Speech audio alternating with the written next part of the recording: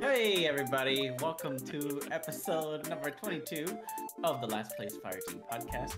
My name is Yendi and I am here with my co-hosts Alan and Chris. That's me. Hello.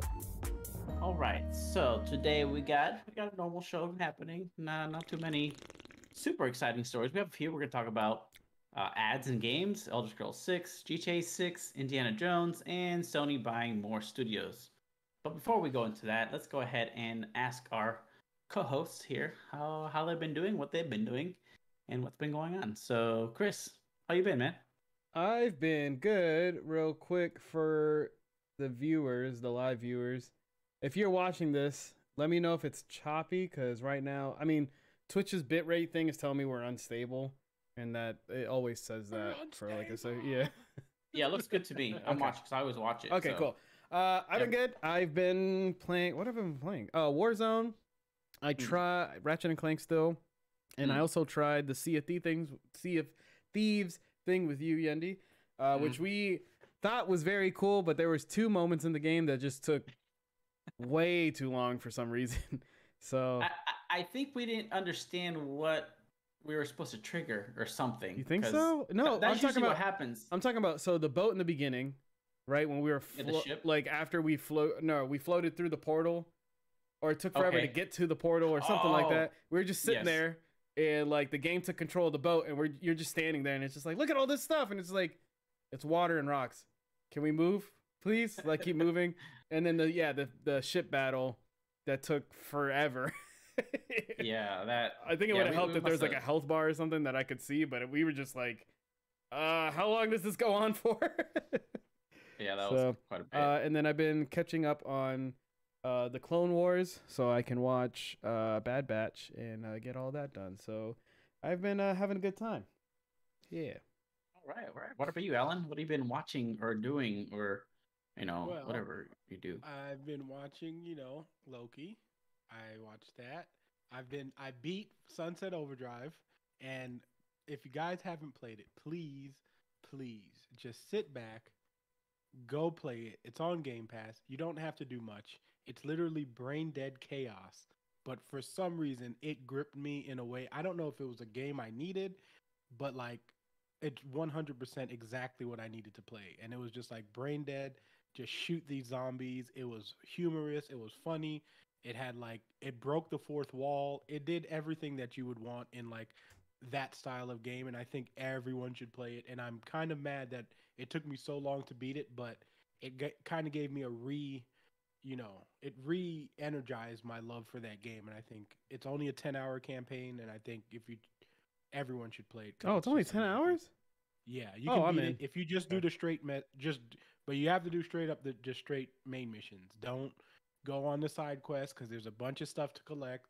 It's just like Spider-Man where you can go pretty much everywhere, kind of thing. And it made me realize how much Insomniac took from that game, because Insomniac, the whole wall running is legit Spider-Man's wall running. It's exactly like Spider-Man, and I was like, that makes sense because like. I like the way you move, even the way he turns on buildings is exactly the way Spider-Man does. And I was like, that's so cool that they took like different elements from different games, because I mean they have the whole weapon design is essentially just like Ratchet and Clank's, where it's just like you have a bunch of just obscene weapons. Like you have like this disc thrower that does like record disc and things like that. And then you have like the whole wheel itself is just like Ratchet and Clank. So but anyway, I could go on for days.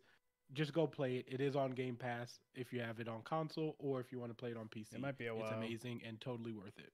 Nice. So, has there been any new shows you guys have discovered or stumbled upon or anything like that? I'm just going through a lot of the old stuff because right now it's just I don't know, man. I'm in a point where I feel like I'm stuck in a rut right now.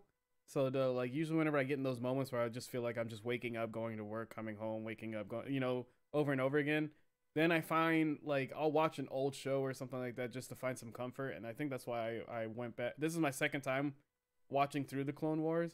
So I was sitting there watching it, and I feel calm and relaxed. The only new thing, I guess, that me and Bree have gotten into, well, I mean, just Loki's the newest thing right now. that's about it. So everything else, I mean, the new season of Working Moms is out, and Bree got me into that. And I know that look that Yandy just gave me is what everybody Working Moms. What? Watch it. Just watch it. It's funny. What's it on? It's on Netflix. It's usually a Canadian show. So they're way ahead, but we get the season later on Netflix here in America, and I enjoy it. It's really funny to me, and yeah, so it's one of those shows where I'm just like, okay, yeah, I'm down with this. So. Nice. Okay. So let's see. As for myself, I've been playing the typical games, just Warzone. I tried my hand at Valorant today. It was a bad idea. But I went into it saying to myself, I'm going to play a game and I'm not going to rage. If I die, then that's fine. It's for a reason. I died 6 times in a row before I got a kill. It was very infuriating, but I kept my composure. So in that sense, I won, in my mind. But thankfully, our team forfeit, and I've never been more happy for a forfeit in my life. So I played one game and that's it. Speaking of Valorant, today or this week at work, I saw Jordan Fisher and Tim the Tat Man. And when I saw Jordan Fisher, I totally wanted to ask him. I'm like, hey man, just send me the Valorant trophy. If you guys have not seen this yet, go to on his Twitter or on his YouTube. And Valorant sent him a whole trophy. It's literally the bomb from the game, but inside it's a glass case and it has all the knives from the game like inside of it, and you can like spin it around. It looks really cool. But yeah, unfortunately, I couldn't say like, oh my god, I'm a big fan or anything like that because I was working. But when I walked past him, and I was just like, I just had to keep going. I mean, you could have said it. You just had to be discreet. You know what I'm saying? You could have just been like, oh my god. I can't. And they're on vacation. Like they were both on vacation, and that's the last thing you want to do because already one guy got off and he was like taking a side picture like this. I was like, man, dude, like you can't make this any more obvious. Your phone is sideways like this, and you're walking forward. Like, come on. So did you see that picture of Tim that I sent you guys? He looks like a Florida man. Hey, sandals, like shorts. Yeah, man. He is a Florida man. He's adapted well to the. I mean, it doesn't take you long, especially when your first Florida summer is when you realize, yo, I can't be wearing long pants. I can't be wearing sneakers. Like any of that stuff is just a little too hot. If you once you realize it, you're like, yo, bring out the khaki shorts, bring out the white shirts. Let's go. Yeah, it doesn't take that long. It was just cool. It's really cool to see people like that in the setting of like just hanging out and having fun and actually enjoying themselves. I mean, I know Tim gets to do that every day. They both get to do that every day. They do what they love and stuff like that. But I love that. I've learned that when I moved to Florida. Yeah. But also, if you saw in the beginning when Tim first moved here, we had the hurricane, or it was like a warning or something like that. Hey, a hurricane's coming. Nobody was paying attention to it. But I remember watching Tim stream and him like, all right, so I got to make sure I have water. I got to make sure I have this. And he lives in the Panhandle, I think. Like he's up there. So I remember people telling him like, hey man, it's not that bad. Like just relax. So he's still getting used to the Florida way, Nice. I had no idea he lived in Florida. Yeah. Yeah, he moved recently. Yeah, actually. not even a year yet. Him and Nick Merckx. Yeah, it hasn't. Yeah. Oh. And also, Becca, really? thank you for the follow. Yeah. Yeah. Thank you, Becca. All right. So yeah, I've been playing that Warzone, Valorant. I tried playing Mass Effect, and I found a bug that I could replicate. So it used to be that the game would crash for me if I started up with a controller. So what you have to do is start it up with the mouse first, and then turn on the controller after you're already in game. Otherwise, it'll freeze. That's for Mass Effect 1. So yeah, as far as TV or shows or anything I've been watching, there's this new show on Netflix, and I can never remember the damn name of it. I always make up something. I think it's Hanger or I have no clue. But anyways, it's about like a plane that gets stuck in time in a way. They leave for like they disappear for 5 years. Yeah, right? They're just they come back 5 years later. Everybody is still the same, but they're 5 years ahead. That's been on my list. That sounds pretty cool. It's really cool, the whole idea of it, but the acting is kind of like me and Anna feel the same way about that. So it could be a little bit better. But so you should just watch really Loki. Cool. You should just watch Loki. Loki? Oh yeah, you should maybe. just watch. you know, a Into show that that. everybody else is watching.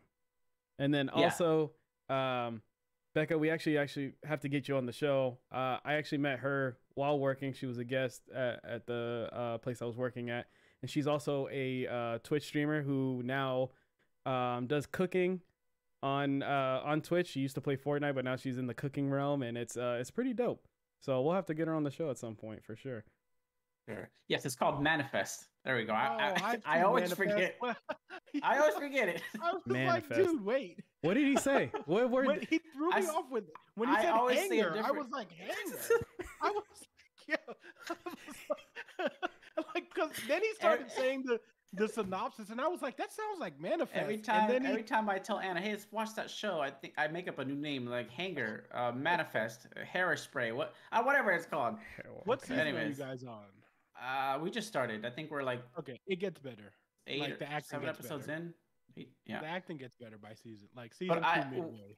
what caught me personally was the idea. Like I in my head, I still think it's like something related with the Bermuda Triangle. So I don't know if that's the case, but that's what it seems like because the path of the flight goes right through it. But anyways, Wait, one With last that question. being- One yeah, last yeah, question. yeah. How many subs?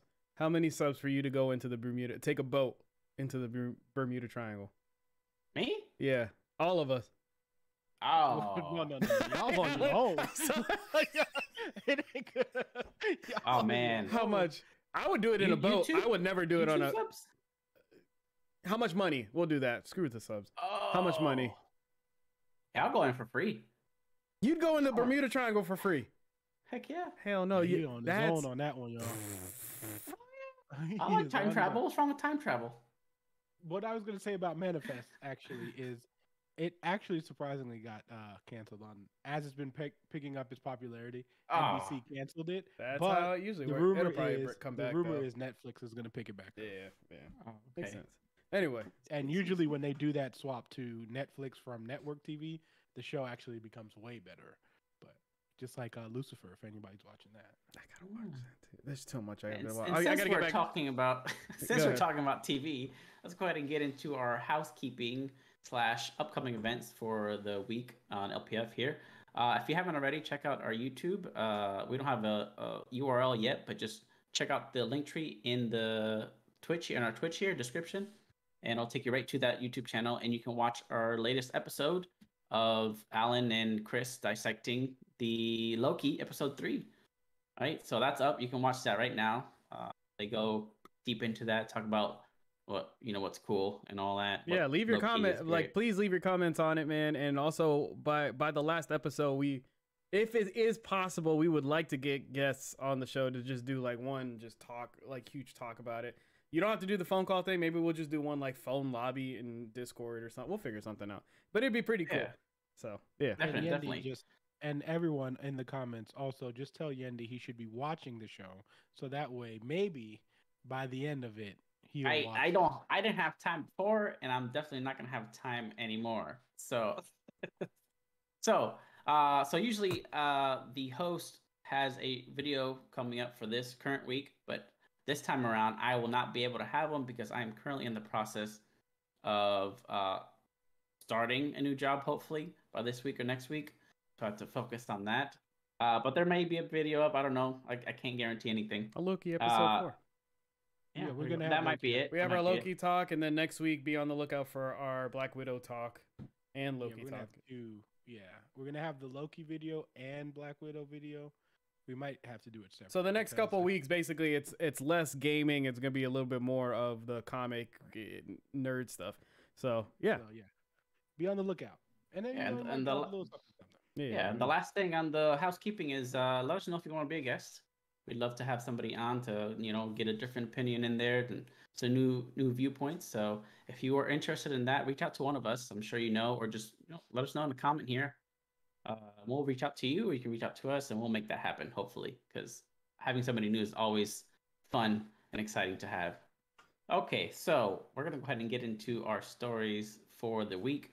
And we're going to start with story number 5, gentlemen, which is Sony has bought Housemarque, the makers of Returnal and the other games that they have. They're really popular.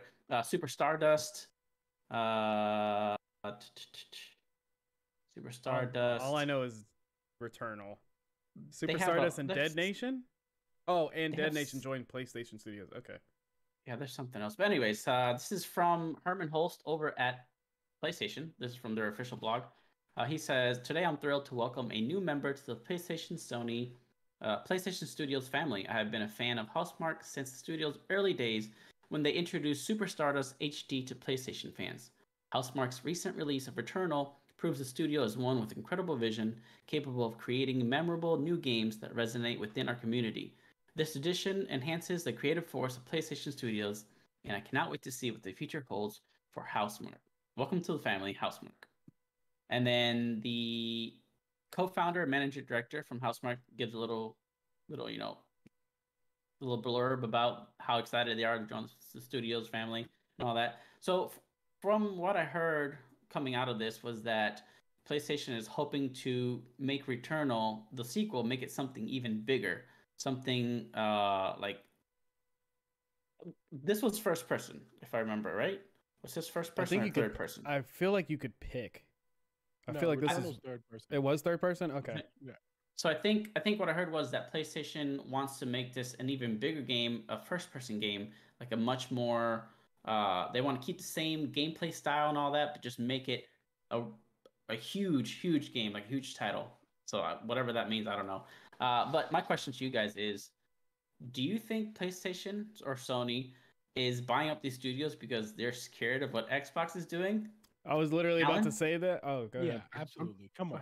Like, Yeah. I mean, Sony, and good for them, but like Sony, this is totally a reaction to what Microsoft is doing, and that's what we want, though. Like, we do, as much as we say, like, we want this competition to happen, and I think Sony, this is one of their ways. Returnal was one of their big games. It came out, it did really well. I mean, it was one of the few only exclusives for PlayStation, for Sony, so it's doing well, and I think this is, you're going to have to expand, and I think this is this shows that what Microsoft is doing is affecting Sony in a certain way, because Sony felt the need that they had to make a purchase so that they can start to continue to grow. Because at the end of the day, like, we do love all of our PlayStation titles, but the thing is, when you see the lineup that Microsoft is trying to drop, and like not even having like the full IPs yet of Bethesda, you're going to try to be cranking out games as much as you can.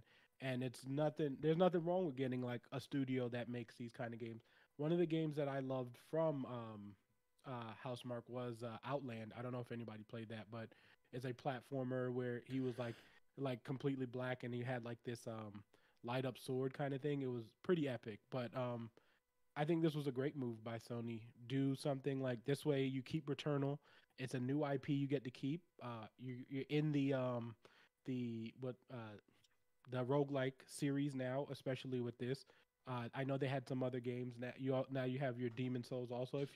So they're gonna have a nice little place for these style of games, and where you would have to get them is Sony. And I think, why not corner that market for these style of games where like now it would be associated with your brand. Like, hey, if I want to play a Souls roguelike type game, I'm gonna play it on Sony. And I think that's a good way to brand, even if it's a small niche of players playing it. Yeah. So the other games that they're known for Housemarque are Nex Machina and Resogun. Nex Machina came out in 2017 and Resogun in 2013. So yeah.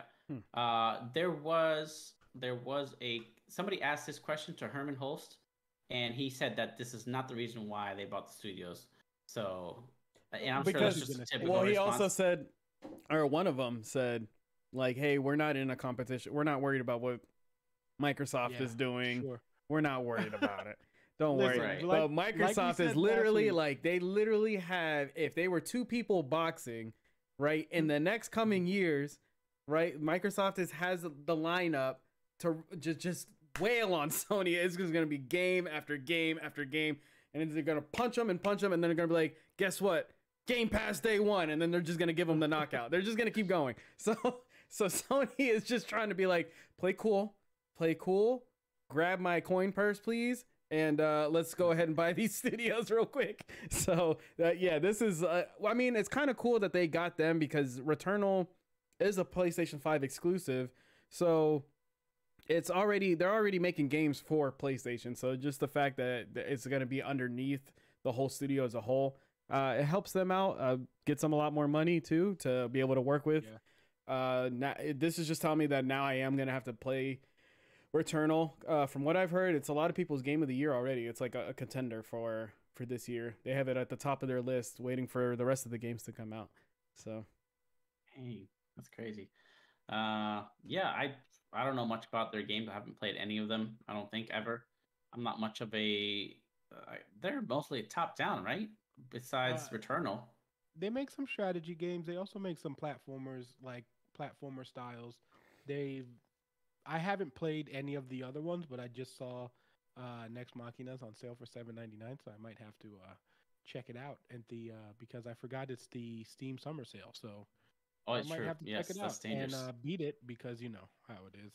I'm trying to get to 15 games. I'm at 7, so I put my So- wallet in a safe and locked it for the time. I'm gonna go back to a point that Chris made, and it's something I wanted to say. So, while it looks like Microsoft is winning right now, to me, they still haven't convinced me that they're the best console to go with. Aside from Xbox Game Pass, there are no games that call to me like the PlayStation games do, right? PlayStation has Horizon, PlayStation has God of War, Last of Us, Uncharted.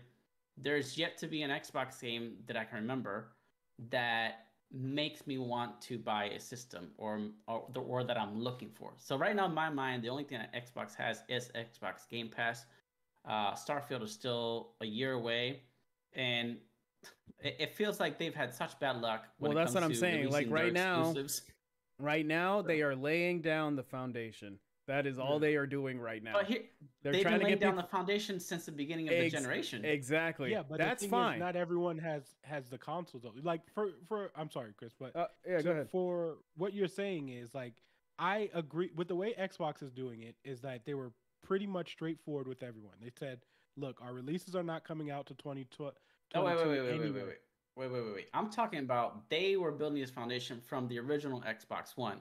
They released exclusive games, but they were crap. Yeah. They had no games that stood out, no games that made people look forward to. Halo, it's just Halo. It's old. It's just But Xbox overdone. One wasn't. Everyone knows that was a failure. Like even from the beginning of, they tried to focus on things that weren't what people wanted. They didn't focus on games in Xbox One, so that foundation wasn't the foundation that like to for this foundation. I think this generation they are focused on games, and they're proving that by the amount of studios that they purchased. And they're also not trying to rush any of these games out. They're like, listen, the counter to that is that the boss at that time, he got fired quickly, and then Phil Spencer took over. So there's really no excuse, honestly. What do you mean? What was the guy's name? Something Matos or something. The guy that got let go, and then Phil Spencer took over for. Phil Spencer took over not too far into the release of the Xbox One, which means he had plenty of time to restructure and get to talking with these studios to put out these games. Games were set out, but they were not great, right? Yeah, but so you're still working with what you had though at that time. Like you for like the whole innovation of it. Oh doggo, like the whole innovation is not going to be like doggo. I'm sorry. It just reminded me of the news. I don't know if you ever seen it, but like this baby comes into this newscaster's room, and then the wife like busts in, and she's like grabs the kid in the middle of a live broadcast. It's okay. That's my dog Cora, and my beautiful wife Brianna. So guest appearance. Nice. But anyway, continue, Alan. No, what you're saying, Yendi, is 100% true. But also, it's for Phil Spencer to come in. You also like the groundwork that was laid. Was remembered, like when we talk about like a next gen console at that time, which would have been Xbox One, like that's like 3 or 4 years of planning, and they've already planned out most of the first 2 or 3 years. Now, once that happens, if you don't have the studios or any of that stuff, and remember, like we always say, companies tend to, once you have that bad release at the beginning, people just tend to like shit on you from the beginning there. Now, could they have tried to replenish that towards the end? I think what they said was, you know what, we took the L this generation, but next generation, which is this one, they said we're not going to be put ourselves in that same situation. That's what I was And then they saying. were like, let's buy these companies and then let's try to provide games that we were not able to on the Xbox One. So I personally think they were like, it's a wash. I don't think we can ever get that reputation back like that because people are still shitting on us about the whole having to be online all the time and all that stuff. And yes, the first party titles that they were talking about, they thought everyone still wanted Gears and stuff like that, and they weren't trying to be innovative. And I think they were like, you know what, we're gonna have to wash our hands with this, and then hopefully for the next one we can release everything we need. And then they just started buying studios. Yeah, I think I said this last episode. They took whatever happened the past couple of years, and instead of continuing to try on working on something, they dropped it completely and said, let's start from the beginning and build again instead of like beating a dead horse. So I understand like you saying like, oh, they've been working on this since, the Xbox One. That's fine. I feel like they're still trying to get people to get on Game Pass. I personally did not get on Game Pass until this past year. Like I didn't touch it at all until this past year. So people are still jumping on it for like 7 months. Yeah. I mean, this is the LPF Game Pass experience, but Yeah. it's one of those things, man, where I think they're still, how can I say this? Explain it. They're basically preheating to basically put that whatever they're cooking into the oven and get it ready to go. They're laying down the track, and then by the end of, I say another 2 years, they have all these companies, these gaming companies that they're getting with Game Pass, especially on day one.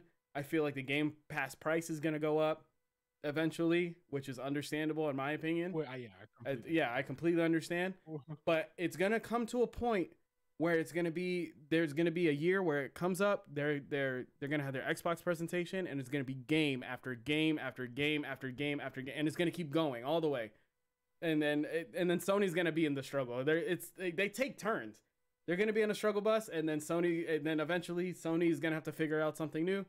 They're probably going to still be stubborn and do their own thing, but yeah, man, it's going to be great because the competition's going to be there, and it's going to be great. Yeah. My question is, when are they going to give us a knockout hit like a Horizon, like a God of War? Because they've yet to do that since last generation. See, that's why I think Sony does.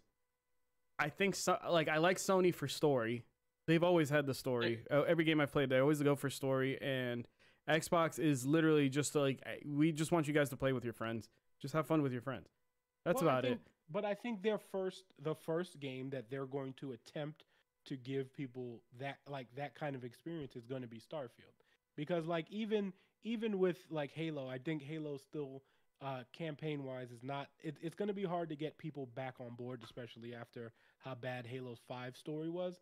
So I think it's going to be hard to get people on the campaign itself. So I can already see Halo just being kind of like the multiplayer hit. I think the first game they're going to attempt that. I'm not saying it's going to happen because I don't know. It could totally flop and suck. Like, you know what I mean? Who's to say? But I'm saying I think the first game they're going to attempt that is, here's, Starfield. Here's a story we want to tell you guys. And like Bethesda's been working on it, and we want this to be one of our flagship games. And I think that's going to be the story-driven single-player competitor. I'm not saying it's going to compete, but I think that's going to be the first game they're like, here you guys go. Let's see how this happens. And whether it happens or not is yet to be seen, but I think that's the first game they're going to try to throw at us and be like, here you guys go. It has to be good.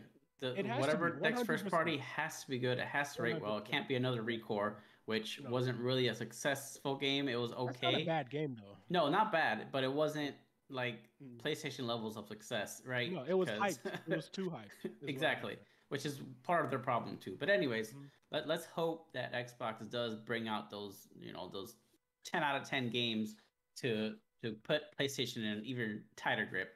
So fingers crossed for that. All right, moving on to our second story. We're going to talk about the Indiana Jones game. I know that both of you are Indiana Jones fan. I'm just now getting into it. But apparently, Todd Howard first pitched the Bethesda Indiana Jones game to George Lucas all the way back in 2009. This is Chris Scullion over at Video Game Chronicles. He says Bethesda's upcoming Indiana Jones game was first pitched to George Lucas over a decade ago. That's according to executive producer Todd Howard, who told The Telegraph he was super excited about how the game is going. Todd goes on to say, "I think I originally pitched to George in 2009, and I've been trying to find a way to make that since." Howard explained, "And I think that the work Machine Games have done, they're just phenomenal developers and storytellers. And when I started talking to them about it, it was a good fit, and we got to the opportunity to talk to Lucas and Disney about it, and they were super excited. I really like Indiana Jones, but never thought I'd have the opportunity to make a game, and you'll hear more about that in the future. But the team at Machine Games are the best team in the world to pull us off, and they're doing a phenomenal job," says Howard. So I have two questions for you guys. First one is, do you think this game would be as successful considering Skyrim was not out yet in 2009? And do you think it would have gotten the same exposure as if it was going to be released after Skyrim? Chris? I personally don't think it. I think the game would have been fine. I don't think it would have been like a giant success because I think they were doing movie games around that time. I think like the Harry Potter games were out. What else They had just released Oblivion, I believe. They just released Oblivion? Gotcha. I believe so. Where was it? It must have been. I feel like people wouldn't have jumped on the bus too early. I'm kind of glad that they're releasing it now because they have that reputation. Especially with the technology we have now, this game has potential to be very, very big. And it should be a lot of fun. What was the second question here? Do you think you don't think it would have got the same exposure as if it would have been released after Skyrim? Yeah, no, I don't think so. I don't think so at all. I think people would have shrugged it off of like, cool, an Indiana Jones game, and it would have had like a cult following instead of, people would sit there and be like, you should really try this game. It's awesome. And nobody's going to touch it because it's Indiana Jones, and they're going to be like, it's a movie game. I don't want to play it. So that's my opinion. And the other part of that question is, with Bethesda publishing the game and Machine Games developing it, who would you have picked to develop it back in 2009? With Bethesda, would you have picked to develop? Oh, so who would I've picked? Who would I have picked to make it? Yeah. 2009? Oh my god. At that time, we had Batman: Arkham Asylum, Call of Duty Modern Warfare 2, Uncharted 2. Yeah, okay, I was about to say Uncharted. So Naughty Dog. Yeah, Naughty Dog. I was waiting. I was like, was Uncharted out yet? But yeah, Naughty Dog. Either that or we also had Assassin's Creed 2, Left 4 Dead 2, Borderlands, Resident Evil 5, Dragon Age Origins, and GTA Chinatown. I do. Yeah, the Naughty Dog for sure. That'd be dope. Especially I would trust it even more. That would make me want to play it because I was at the time, playing Uncharted, and they're like, "Hey, we have Indiana Jones." I'm like, "Oh shoot, this is like literally like I just basically have more Uncharted, but it's indie. Let's go." Yeah. So I'd jump on that bus for sure. What if Naughty Dog would have taken the Indiana Jones IP instead of made the Uncharted? And we never got Uncharted, we never got Uncharted. Would it still just be the DNA of Uncharted, do you think? Yeah, it would have been the same game. It would have been the same game. But with a more recognizable character. But we wouldn't have the greatest side character of all time. That's true. Alan, what do you think? Do you think this game would be as successful considering Skyrim wasn't out yet at that time? I do think it would have been successful because I think around that time it would have been Bethesda's name in general. Whatever Bethesda's next game would have been, I think would have been huge because especially before Skyrim came out, if everyone was like, after Oblivion, you played it, whatever, and then it's like, hey, by the way, we're dropping an Indiana Jones game. And Bethesda themselves already had the track record of, we are dropping amazing games. And then people would have been like, well, now you're drawing in Indiana Jones fans, but we're also seeing them make a game that we haven't seen them make also. So like, we haven't seen them make an Uncharted style game, like, you know what I mean? So it would have been very interesting to see how they mesh their style of gaming with Indiana Jones. So because the game in our heads would have to be a faster paced style of game which the other games like Skyrim and stuff like that, they're not that very fast paced style.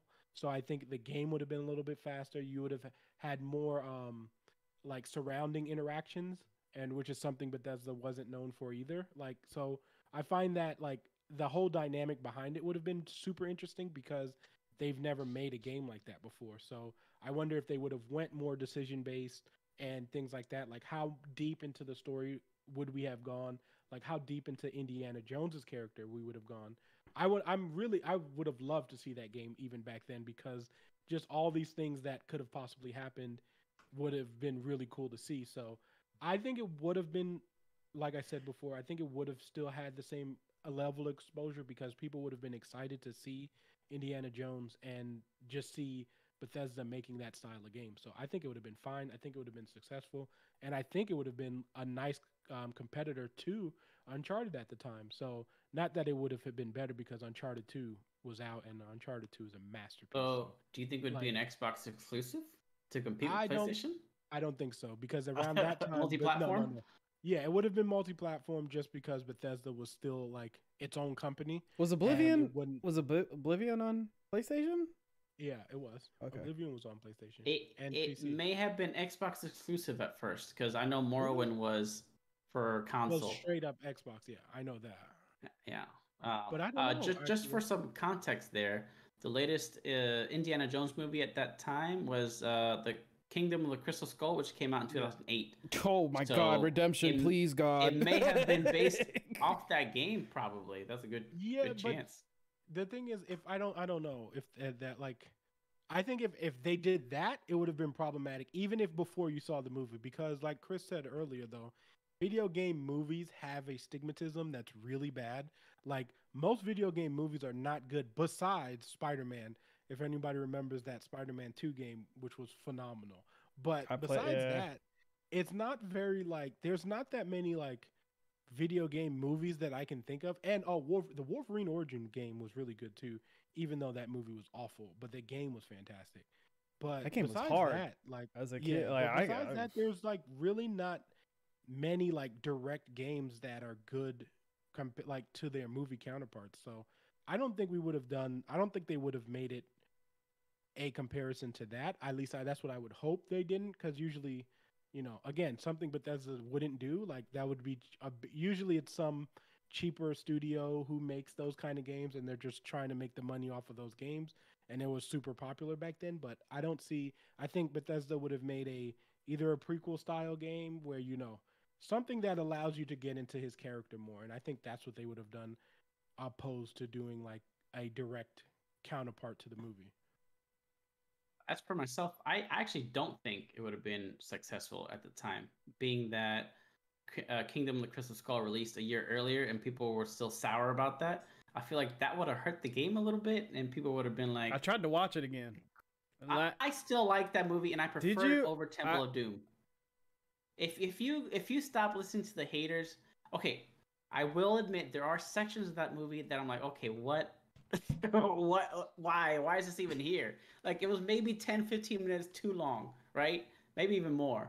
There were sections that could have been cut and would have been fine. That could have been a director's cut. I watched. But overall, I prefer the story over Temple of Doom, right? But I know there were different eras. Temple of Doom's 80s, Kingdom Skull is 2000, early 2000s. But yes, and any day I would pick that. Anyways, I don't think it would have been successful because of that. Because people people are quick to jump on the bandwagon.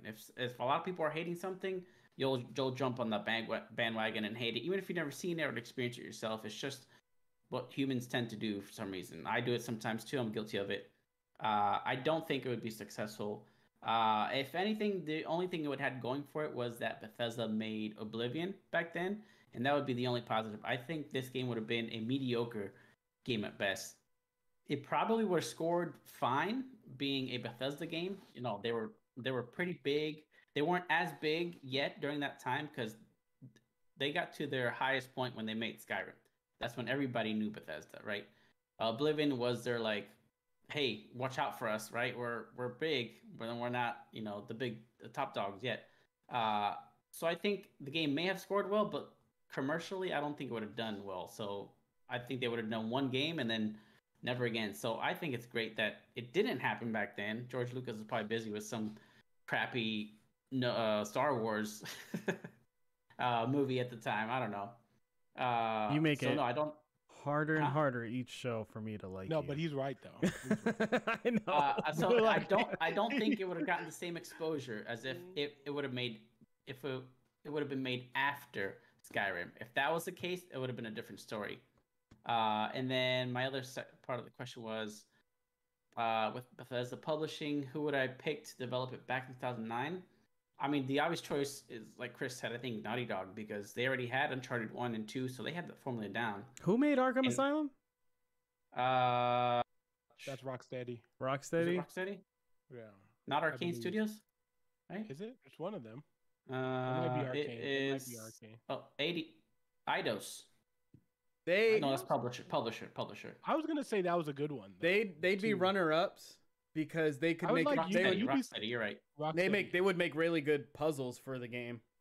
Ubisoft would have been another one too. Would have been pretty good. Oh yeah.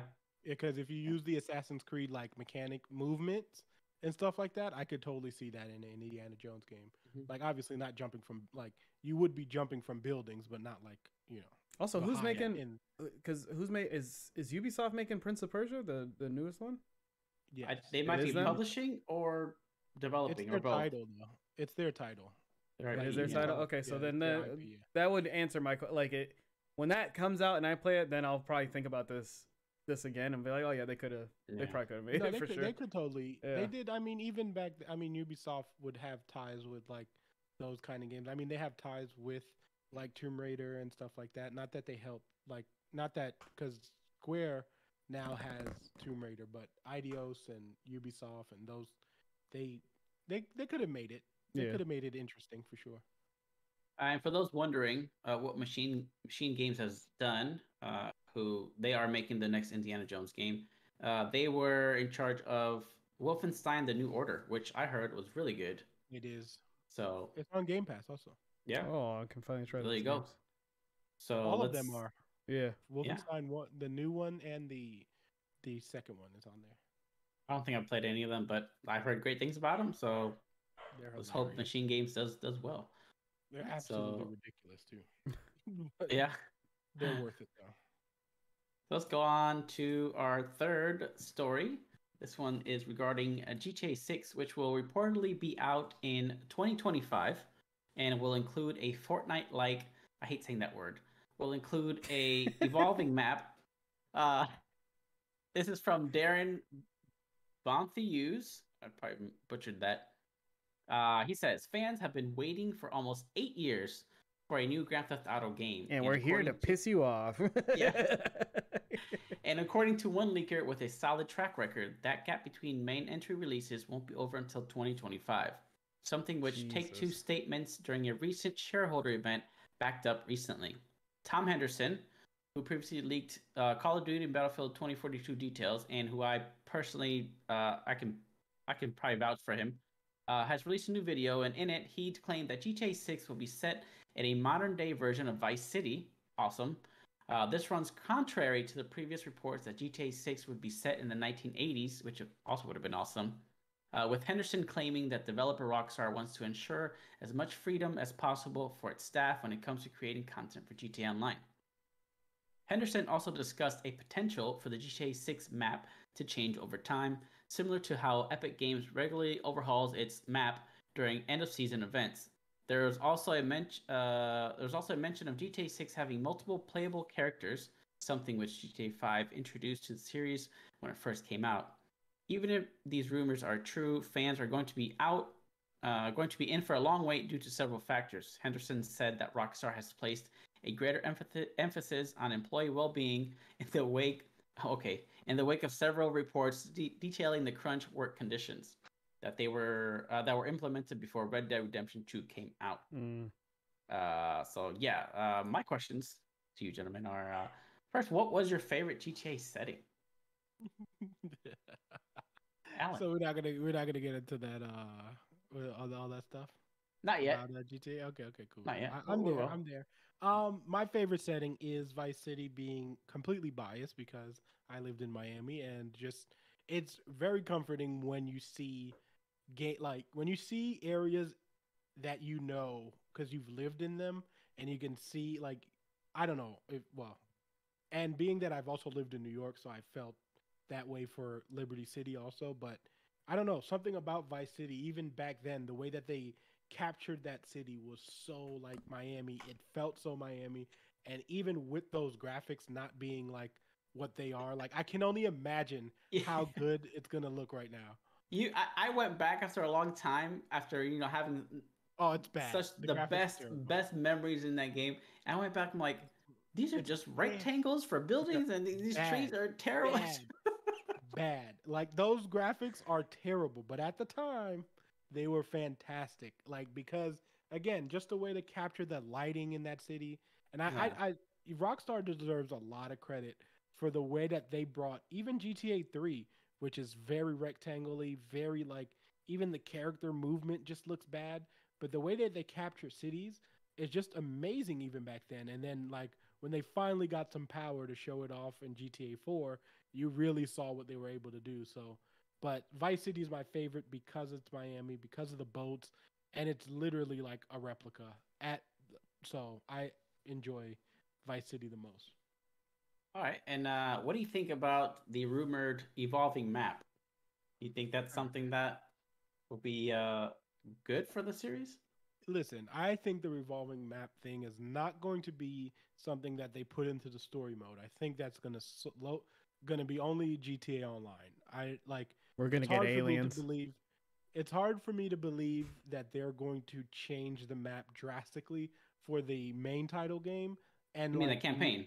yeah, the campaign. Like it's Gotcha. just Okay. not going to happen because like imagine you not playing GTA day 1 and then by the time it gets to year 2, it's a completely different game. Like I would think the resources for that wouldn't make any sense because it would affect the way that they can tell their story. So I think the revolving map will be kind of season based for GTA Online, and that's going to be their way of saying, all right, we're going to either move you to another place or we're going to move you to an island. And if you're playing, like, still now, GTA Online is currently doing that kind of stuff where now you can go on islands and you can buy boats and you can buy all these different things now. And I think they're testing the waters out on that with GTA Online now. So I think that's what they mean by the revolving map. I don't think it's going to affect the campaign in any way. I think it's just going to evolve for GTA Online. Yeah, that makes sense now that you mentioned that. So, do you think the current iteration of GTA Online will last until the successor is released? Do you think they'll milk that Absolutely. cow that long? Absolutely. And the reason why I say that is because what proof do we have that they're going to stop? We have Exactly. none. Like, we've talked about this plenty of times. This thing has lasted, guys, since Xbox 360 and PS3. Like, GTA Online was iterated in in that market. Like, you know what I mean? And that was of GTA 5, which came out in 2013. Like, you know what I mean? It is 2021. Like, we literally have been 8 years of them changing. And like I said, to Rockstar's credit, GTA Online from day one, when it was buggy and you weren't able to play it, to what it is now is like a completely. You can see the 8 years of work, and I appreciate it. And I think they're doing a great job. And you know what? People are still playing it. So Yeah, the community I keeps it I alive for a can't, long you time. know what I mean? I Yeah. can't be upset with people who are enjoying to play it. And mind you, it's not like they have to work on that game anymore. Like they don't. They really don't because they've made as much money as they possibly can. But Rockstar does this thing where they just care and they're just like, you know what? People are still playing it. Let's try to keep up with the servers as much as we can, even though there's hackers. But we're gonna try. We're not charging people to play just game online, and people are just loving it. And they promote the RP servers and stuff like that. Even though they're Mhm. like people using their development and stuff like that, they're fine with it. And they're like, hey, if that's what you guys want to do with our game, like do it because we love you guys playing GTA. So I'm all for it. But like again, they're gonna milk that cow as much as they can. They're gonna have people buying that money. I mean, they've got the deal with Twitch where you can constantly get $1 million a month, and then you can go in there and buy something. So why not? I mean, why not do it until the game comes out? You've already been doing it 8 years. So what's 2025? Another 4 years? 5 years? Yeah, another 4 years. Why not? 13 years. Let's do it. Like, Now, I now don't I see must why not. admit that I've personally added to that because I have bought the game 3 times. Once No, on the I Xbox, a second time on the. yeah. For some reason, I bought it.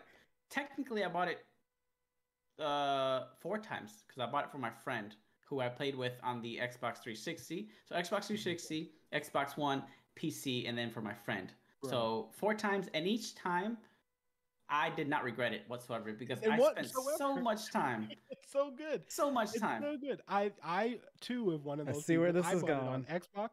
I bought it on PlayStation 3. I bought it on, and the crazy thing is, not I bought it on Xbox One, PlayStation 4, and now I have it on PC. And I've 5 times I've purchased this game, and every time I play it, I put another 50 hours in there, like Yeah. with no regret. Like it's just because I have a great time with that game. If I feel like, and it's one of the reasons why I don't want to jump into it right now, because I feel like if I start it up, I'm gonna put another 20 hours and just be like, "Yo, what are you 20 doing?" hours and $20. We're definite. We're $20. listen, guys. That's I so true. guarantee you. 20 hours and $20. I guarantee you, in the next month or two, we will all three be back on that game. I Listen, see it now. Probably. It's I- going to saying- happen. I You got the tallied it drive up, wheel. You'll and be on throughout drive my- wheel. You can use the drive wheel in that game? I think you think can. so. Yeah. Clarification, I will be So- downloading that game tonight. So just so you guys have a I you can know, check my Steam right now. Actually. a view of how much I play this game. I think throughout all the iterations that I bought, I've spent just on GTA Online alone about $450. That's not counting the price of the game, but it was GTA worth it. I had it's- so much fun with my friends that it was totally worth it. There hasn't been a time where I felt like I regretted buying it. I'm telling you, even as of recently, you remember when it went on sale and I was like, Yendi, I'm going to buy it. I bought it and I'm pretty sure I put 50 hours in. I'm going to check my, what you call it? I'm going to check my Steam right now. And I can see I put about 50 hours in. But Yeah. For me, So Chris, for you, what is your favorite GTA setting? I would have to say Vice City also. I mean, I didn't really get into. I used to go to friends' houses and play the game, so I didn't really. I didn't. My first GTA technically was 5, that I actually went out and bought myself and had it. So that one, I kind of hold close to me because I actually really enjoyed that story a lot. That story was a lot of fun. Yeah, I liked the bank robbery. I remember seeing like, hey, talking to your, like, you can go rob a convenience store and you can yell at the guys to give you the money. And I remember like sitting in my room like. My mom didn't like those games, so I remember like, give me money, give me money, man. Like, you know, stuff like that. So it was a lot of fun. The last time I played online though, or no, the first experience I had online was I didn't play. I tried it whenever consoles were out, when it first came out, and I didn't try it, or I tried it and it didn't work. And then whenever Epic Games did the free one, I joined, and my first 5 minutes of the game, okay, the alien things were I remember watching them. I watched them on YouTube. I watched the compilations of green versus purple and that gang war and fighting. I thought it was a special server for that. I joined in, right, get in a car, a green alien comes, pulls me out, right, and starts stomping on me, and then 20 of them all come in and start stomping me out. And I remember thinking like, what is happening? So I got bullied offline for a little bit, and then I had friends that got on and started playing. So I will probably download it this week because I think we should all do the race. Now that I think about it, there's mini games like the racing mini games and all that would be a lot of fun. But I have to check if my account got banned because Epic did this terrible thing of like, hey, if you happen to be on a server, like there was hackers that were giving people money, which bless you for actually helping people, but they give you money, and then Epic is like, hey, you hacked the game, you're banned. And it's like, no, somebody else hacked the game and helped me out. I was just I was just there. Sorry, what do you want me to do? What do you want me to do? Quit the game? You want me to quit the game like for that? So it's literally like walking in. It's that question that like, say like you hold the door for a robbery, like you held the door and this robber gets out and he's like, hey man, thanks. Gives you 1,000. The bank's gonna want you to come in and be like, "Hey, Chris, put it on the table. Thanks for giving it back." Yes. No, you're gonna be. They are. You're gonna put it right there. You stole. I didn't steal. He gave me money. It was his money. He gave it to me. So that's what they want you to do. Yeah. So yeah, be on the lookout for the GTA stream. It's coming now. Now that we talked about it, Let me tell you, I've been trying to get these guys to do heist with me for about a year now. No, don't give me that face. Yendi knows. You too, Yendi. Don't play with me. I've been trying to get. It takes so much to set up a heist, man. To be honest, it's a hassle. There's 3 of us. There's 3 of us. It doesn't even matter. We can only do certain heists, though. Okay, we can find somebody else. Okay. So let's have Chris finish his stuff before we have to move on. Okay. So anyway, we'll talk about it afterwards. Oh, Chris, what do you think about the evolving map thing? Are you for that? Do you want that? Or the evolving map thing, I think it'll be fun. That just kind of confirms to me that GTA 6 will be the last GTA until I'm in my 60s. So yeah. That is what's telling me, because they're like GTA 5 lasting 13 years is telling them like, hey, this works. So if we just change up the map, listen, we don't have to make another game, and we're gonna make a lot of money. You're gonna have kids, and they're gonna be graduated by the time the new GTA comes out. Yeah, they'll be like, and then I'm gonna fight them. My kids will probably be playing GTA 6. And I'll be like, listen, I was on GTA 6 day 1. Let me tell you what day 1 looked like. I remember when the map looked like this. You can have some cool stuff though to show them. Be like, yo, y'all can't get this anymore. Yeah. Like, actually, that would be kind of cool if they implemented like a time capsule in the game that you could like, oh, you got a special item during like the first couple weeks, and you could just put it in the time cap, and then like years later, just open. That'd be so cool. Look at what you call it. Apex literally is doing that right now. Like Apex just went to OG Kings Canyon, like an untouched map of season 0.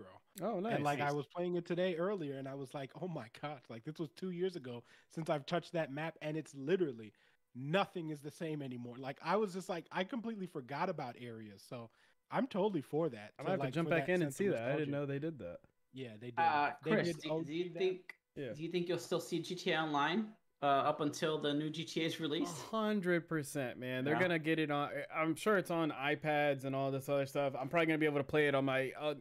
They're gonna be like, hey, play it on. I'm gonna say it and you're gonna hear it. Play it on your Google Home, and then like you can talk about it and all this other stuff. Hey, we made a sleeping pill. Like now you take these pills and you'll be playing the game in your sleep. It's great. So.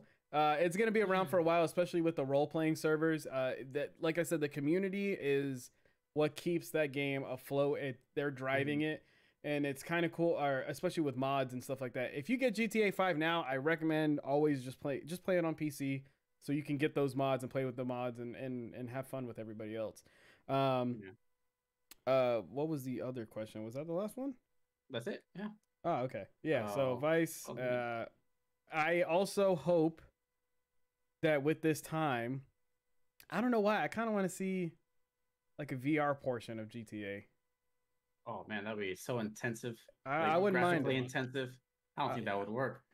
I feel like it wouldn't work, but at the same time, I don't know. If they have this much time, man, I just hope the game is good. I just hope it's really good.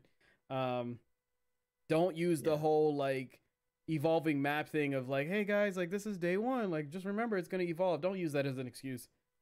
Make sure your game works day 1, and that's it. Yeah, I don't think they like Rockstar tends to bring out, especially campaign wise, they come correct. I know their servers get hit hard, but also that was back then. Well, also their first day of online anything sucks. Like I know Red Dead Redemption 2 online, it was just people like they would rope you up and tie you back to the back of the horse and just run you across town. Like that's all you could do. So that game is a lot of fun. Into that too. Those games are a lot of fun for the trolls. I remember just like I did a couple heists whenever I was playing last year. I think it was when I was playing it. I did a couple heists, but it was just a lot of fun, just like messing with my friends and like throwing them off buildings and doing the crazy races and all this other stuff. So yeah. For me, my favorite GTA setting it's actually a tie between Vice City and Los Santos, so the latest one. And the reason for that being is that I didn't get into GTA until GTA 5 as well.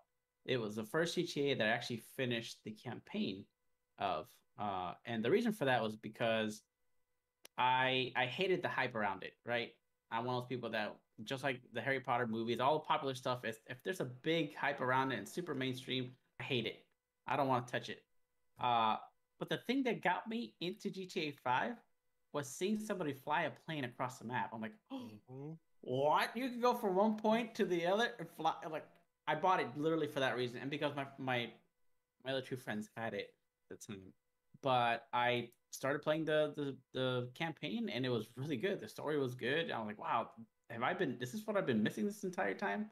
Now I've dabbled into GTA 4's open world. I love just messing around, but I never did the story. Never even touched it. Right. This is why he hasn't watched Loki. Too cool for it. Damn straight, bitch. This is why he has a sad life. Damn straight. And anyways, so yeah, I think Los Santos takes the #1 spot. Visually, I love the way that Vice City looked at the time, and if I can get another version of that in modern times, I think that'd be awesome. You know, I will say for these new this for GTA 5, I like in the older ones. I just remember me and my friends always trying to get into the military base. Like we used to spend hours, yeah, just trying to. You would like. I was like, okay, ramp it up. Yeah, you would literally ramp it. Like, get in the plane, get in the plane, get in the plane. You know, trying to go through it. Or like we used to set timers and see how long we could last at 5. Like we would get to 5 stars and set a timer and see how long you could survive in the game. Like we would just sit there running around, and anytime you died, you would pass the controller. That's kind of weird to say. Nobody passes the controller anymore. Yeah. But in GTA 5, I don't think I messed with the cops at all. Like, I think I just made sure not to have to deal with it unless like something happened in the heist. I'm like, okay, I got to get away. But other than that, like back in the day, the running away from the cops was always fun. It was always a thing though, but it just didn't have as much. I guess it also feels like it's so much easier to get away from them now. Yeah. So it wasn't like as fun. Like remember, like tanks were coming at like as soon as you were trying to run away from getting blown up. Like, you know what I mean? But like now it's like I can take a lot of these shots and stuff like that. So it's like it's just different now. I remember specifically getting mad at I would get in the plane, the private jet, and like the steps would sit there and like the plane has to kickstart and everything like that, and the tank would be there.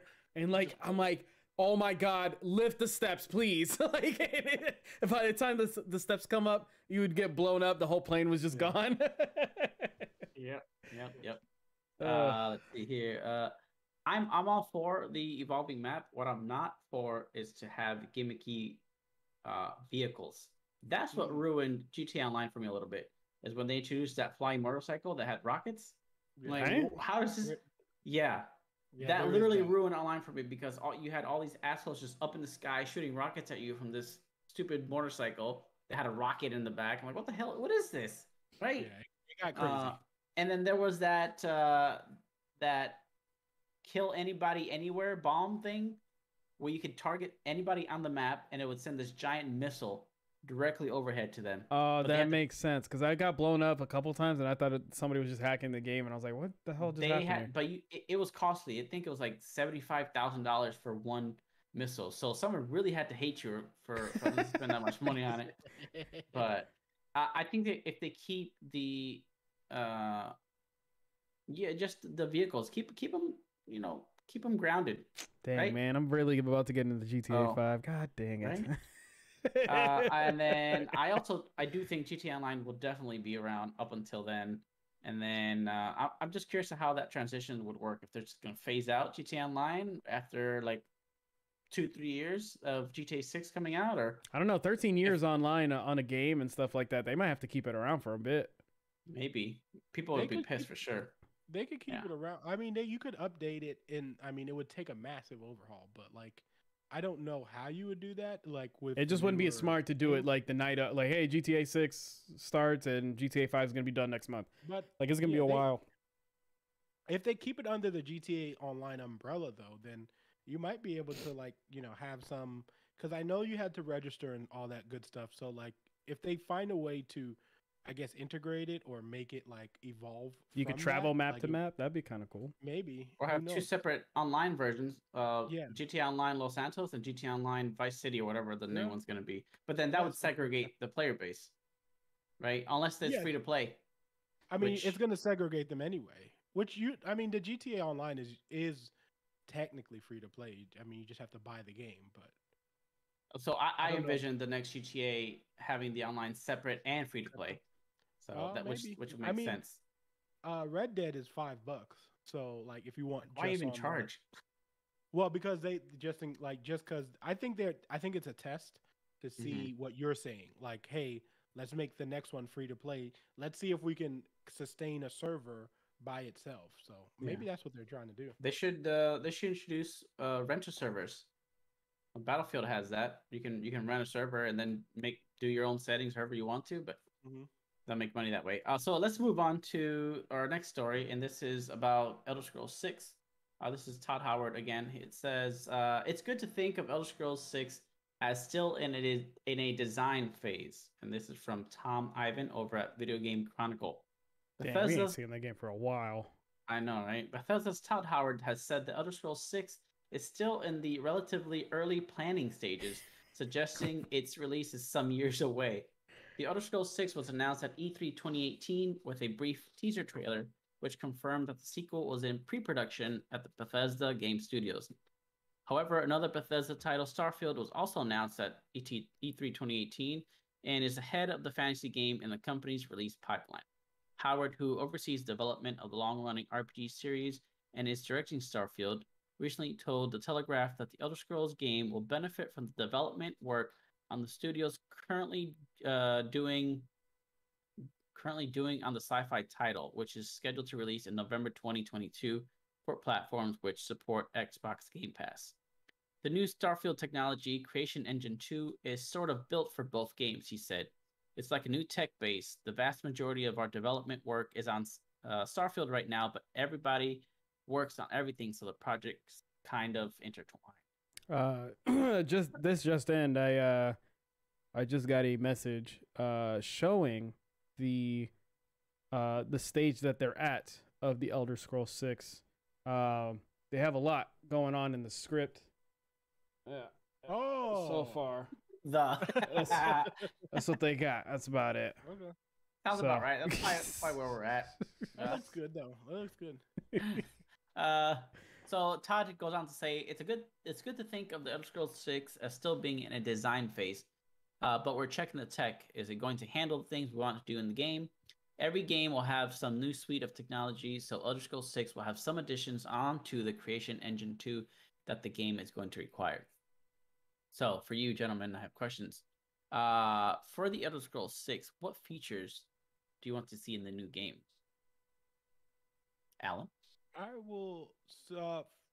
For this game, it's hard to even try to think of something because I feel like they tackled fantasy wise have tackled so much that I always want. Like, you know what I mean? Like, I they we got werewolves last game. Like, you could actually become one in Skyrim, and then they gave us vampires.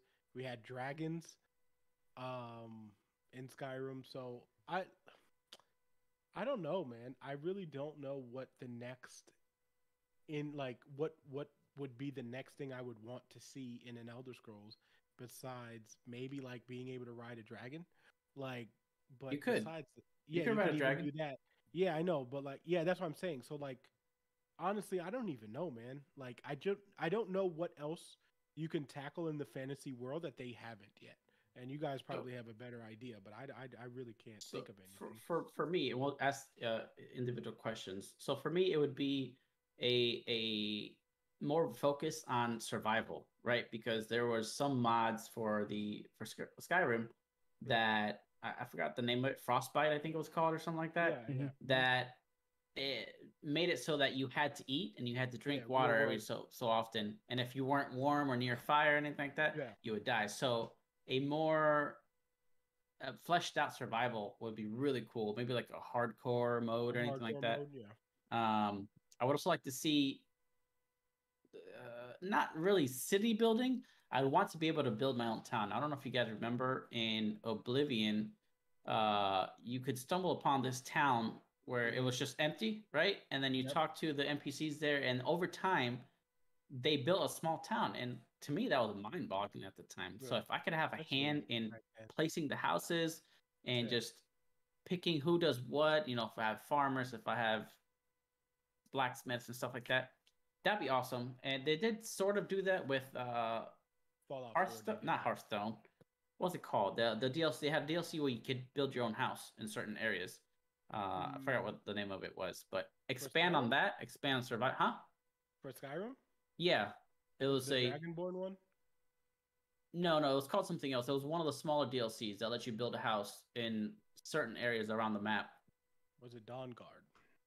No, no, something else. It started with an H. Hearthfire. Hearthfire. Hearthfire. There you go. Boom.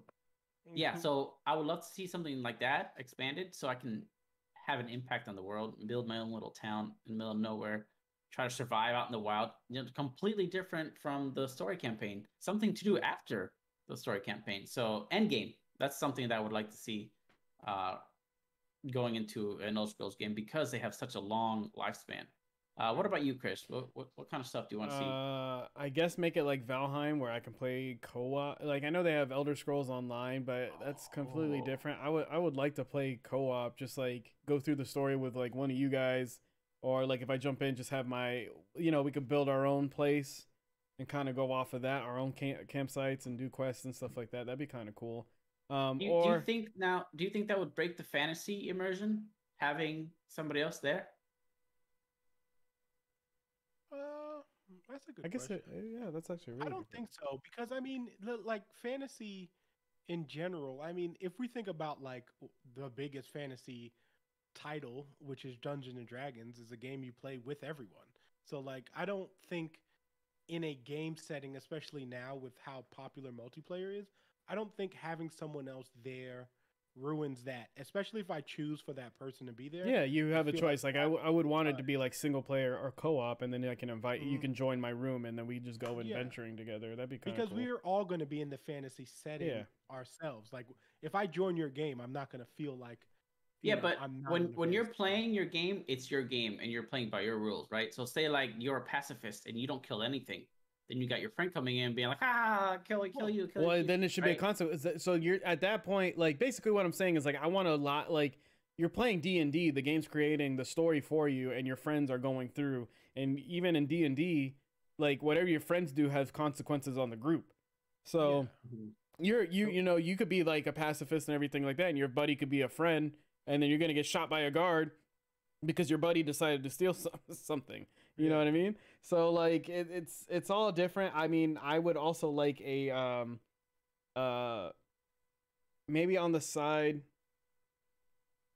just like a D&D mode to like where people can create their own quests maybe, but I feel like that'd be super hard to do. Basically, I want D&D like that I can It's just run not. through with my friends. And you It's can have actually and not. there can actually be a dungeon master if they wanted to be.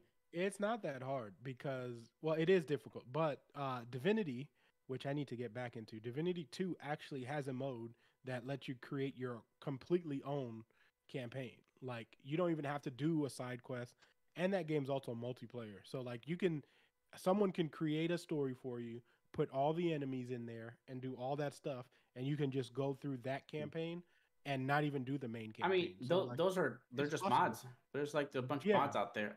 Seaport says, I think if the game took place in the Black Marsh with Argonians, would change the dynamic quite a bit. That would be really cool, but I think it'd be hard to make a game based in that region. And I think the rumors are that this next one's going to be in the High Rock slash Hammerfell area. Uh, as far as the Black Marsh, I think you can visit it in Elder Scrolls Online. I feel like I've been there before, but I just don't see that being a good setting for an Elder Scrolls game unless they somehow manage to make the world varied. I personally I'd rather play somewhere where the High Elves are.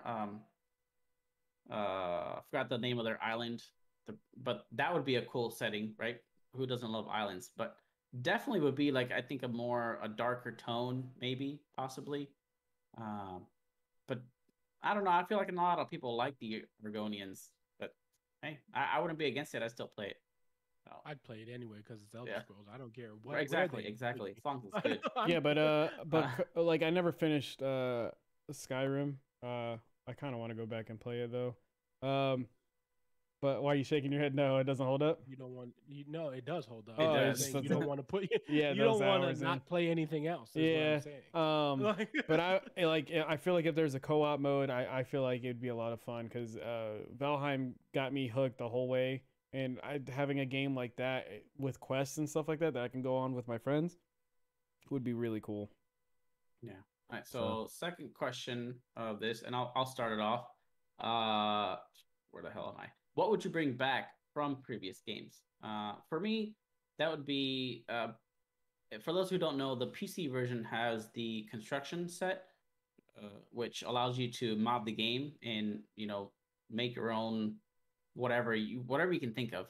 But I want to bring that back, but make it more like Forge, make it more user friendly, so that the average Joe can build something crazy and cool, and then have other people experience, and then be able to upload that and have the console players also play it, which I could see happening because, as you saw with Skyrim and with Fallout, mods were enabled, that was mind blowing at the time too. I'm like, how the heck did they make this happen?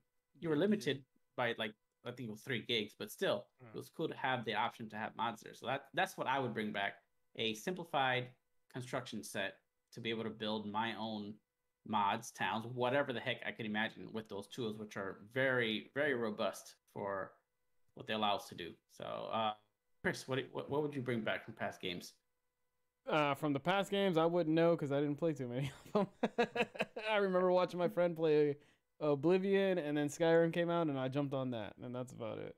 So, because I played a lot more Fallout than these games, so I wasn't really into these worlds until I want to say quite recently, actually. So that's why I kind of want to go back and play Skyrim. I got Skyrim because it was the hype at the time, and I think I got it as a Christmas gift. Like somebody was just like, "All these kids are playing these," so I got it as yeah. So, Alan, what would you bring back from past games? I'd bring back everything. I don't actually like when games take out features for like their predecessors, especially when you go further on in time, like further in the timelines, and then they're like, oh well, you can't do this or you can't do that. I just feel like just bring back everything and then just add new things to those games, because I would be upset if I can't turn into a vampire. I'll be upset if I can't turn into a werewolf. Like those features for me are like why I play that game. Like that would be weird because ever since Morrowind, or even before, you were able to become a vampire, which is also really really cool at the time. But it's awesome. But even in Skyrim, it's awesome because like just having the ability of like playing at night, like you know what I mean, where you become way more like you're stronger. But even when you have the sun effect, like you're stronger because you're more enraged, but you're also losing health. Like I don't want them to take out any of those features. I think every feature that they've added to those games have been great. So like, why? I just want just give me everything back. Like, don't you know what the cool thing about that stuff is, the werewolf and vampirism thing, is that I think it's fairly well hidden. Not a lot of people know that you can become a vampire or a werewolf. Like I don't think there's really a story element to it. You just if you happen to be bitten. The Dark Brotherhood there is. In Oblivion it was, because remember in Oblivion you had to do the Dark Brotherhood, and then he asks you if you want to become one. He's like, do you want to become one of us? It's the same. Yeah, it's the same thing. You kill a certain amount of people, they visit you in your sleep, and then they try to kill you. Yeah, and then there's the one where you also can is it? But and then the Lycan, to become a Lycan, you do have to take a scratch from them. And then you can become like you. But then you will wake those things are so like you would never know. Yeah, you would never know. But something you stumble upon, you're like, whoa, that's crazy. Yeah. It is crazy because I remember when they asked me in Oblivion, like they were like, "Would you like to become one of us?" And I was like, "A vampire? Like I could become a vampire?" Like I lost it back then because I was like, "What?" And then like legit, they were like, "You wake up the next morning and then you have like." Small taste for blood, and then like you could walk into people's room at night, just drink the blood and not even wake them up, and then just walk out. The sun would hurt you. Like what? You can't be out during the day without.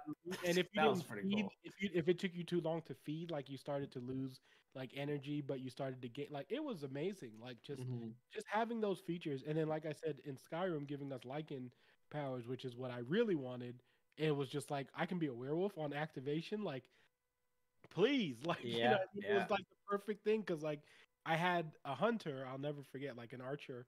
But then, like obviously, like turning into a Lycan was like my oh shit when people got too close, and then it was like just become this beast. And I mean, oh, that game. Black Like Magic used to love joining the Thieves Guild and becoming a vampire. That was his favorite part of exactly, Oblivion. so good, Yeah, so good.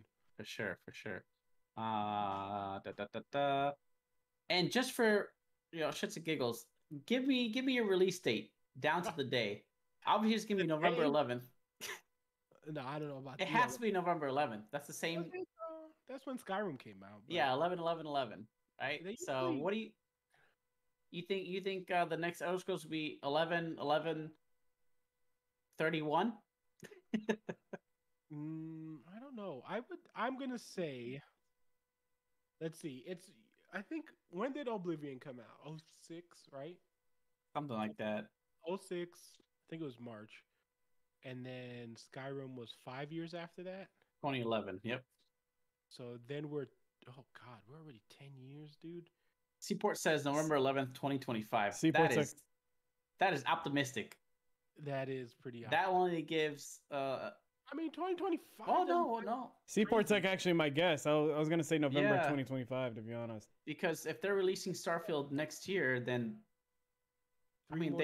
Todd Howard said they're still in the design phase. Okay, I don't so believe that though. I don't believe they're You in know, the Todd design. yeah, who Howard. knows? Who knows? I think So they've made. I would say it's about.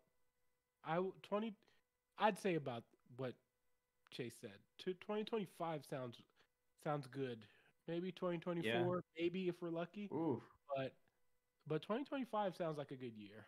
4 years from uh, now. I think it'd be a year after that. I feel like the game's 2026? gonna get delayed. I think 2026. So you think it needs 5 years? I was thinking around 5 years, but I think 2025. I'm I mean, gonna they've been stick with that. making this game for 10 years. Don't let them fool you. Yeah, They've been designing this game Yeah. since that's Skyrim true. came out. Their last game was what? Did they develop Fallout 76? Or was that somebody else? Did they just publish that? I don't know. Whoever did it though Yeah. does not need to. But before Make that, another- the last biggest game was Fallout 4, and they just reused most of the assets from 3 anyway. So I think I'm with Alan there. I think they have been working on it. They're further along that they're leading on to. Because remember, Maybe when they'll do like a surprise release. even when Fallout 4 came out, they didn't tell anybody when Fallout 4 was coming out. They literally were like, they showed up at E3 and was like November, and that was it. And Yeah, like, that was cool. and everyone was like, huh? Like, and the game was finished. Like, they did no story on it. They did no, like, nothing big, and they showed up at E3 and was like November. Was And that the year was that it. they had the carnival, their own carnival? I don't I don't remember. know. If it I was that remember year. they, I just like- remember I remember it was like legit was like, I would never forget, because they just dropped it on us, and it was like, wait, that's like in 2 months, and it literally came Yeah. out 2 months later. Crazy. A fully made game. So November 11th, 2022. Let me let me dream. dream. Okay. All right. We won't kill your dreams there. That'd be awesome. But yeah. So yeah, I think that's pretty much it. We were gonna talk about this new platform launching for games. We talked about ads on one of the past shows, but we won't get too far into it. But I'll just gloss over it. Basically, they're making an ad system that developers can opt into to show ads in your game. Right. So say you're playing Madden, the ads that you see in Madden normally will actually be real ads. And they're even talking about paying, yeah, rewarding you to watch the ads, which, Okay. oh, that is intrusive like crazy, right? Nobody likes ads. I think we all agreed that it was not a good thing to have in Nah. games. But this implementation sounds absolutely terrible, but I see it happening. But you guys want to give your quick thoughts on that? I don't know if you. If you're gonna give read me the ads, I just article. want to see movie ads. I just want to see a poster that says, "Hey, Black Widow this Friday," and be like, "Oh, cool," something like that. That's it. Don't give me all the other BS that I'm never gonna buy. They're gonna give the highest paying, just like they do to commercials. It's gonna Yeah. be whoever pays Yeah. the most Oh. be on those ads are gonna be on those ads. I did read a little bit into it. I do want to say at least that EA is in on this. Yeah, of course. Tencent We is in on it. EVP. Don't know who that is. Oh, But, Black Magic, don't say that, man. but GTA 6 is going to be filled. I would rather I I would can rather see pay that. more not to get ads. Honestly, don't do it, dude. That's where it's gonna Actually, go. And I think that would be the best game to have it in because they could just put the ads out in the world. yeah, GTA 6 would be dope. Mhm. Because you could do the Just billboards and stuff just like no that. intrusive menu ads. Yeah. Don't make me watch an ad before I even start the game. You know, don't play an ad after a cutscene or during a cutscene. Don't do that. I don't want to see a little banner ad pop up and then I have to close it. No, big no. I would stop that game right now. So yeah, EA, Tencent, which owns a lot of studios. They have a stake in a lot of American studios. So expect to see it in a lot of sports titles. So maybe another UFC fiasco. But yeah, I think we're all against having ads in games. So do you guys have any closing thoughts on any of the stories we talked about? No, I think we're good. Yeah, I'm good. Sweet. All right. Well, don't forget, guys, to check us out on all the social medias. Follow us on Twitter, here on Twitch, and make sure to check out the show every Tuesday night. We don't have Facebook, but YouTube. That's a really important one. Keep an eye out this week, hopefully, for a video. I can't really promise anything, and hopefully next week, I'll have good news for the show. We'll see. We're waiting on somebody. Anyways, so yeah, thank you so much for joining us. It's been a pleasure having you guys here. And Yando, what's it? Hold on, exactly. C48 mouth is watering right now. Get on low key. Mouth is watering. I'll try. But anyways, thank you so much everybody for watching, and we'll see you next Tuesday at 8. And last place fire team out.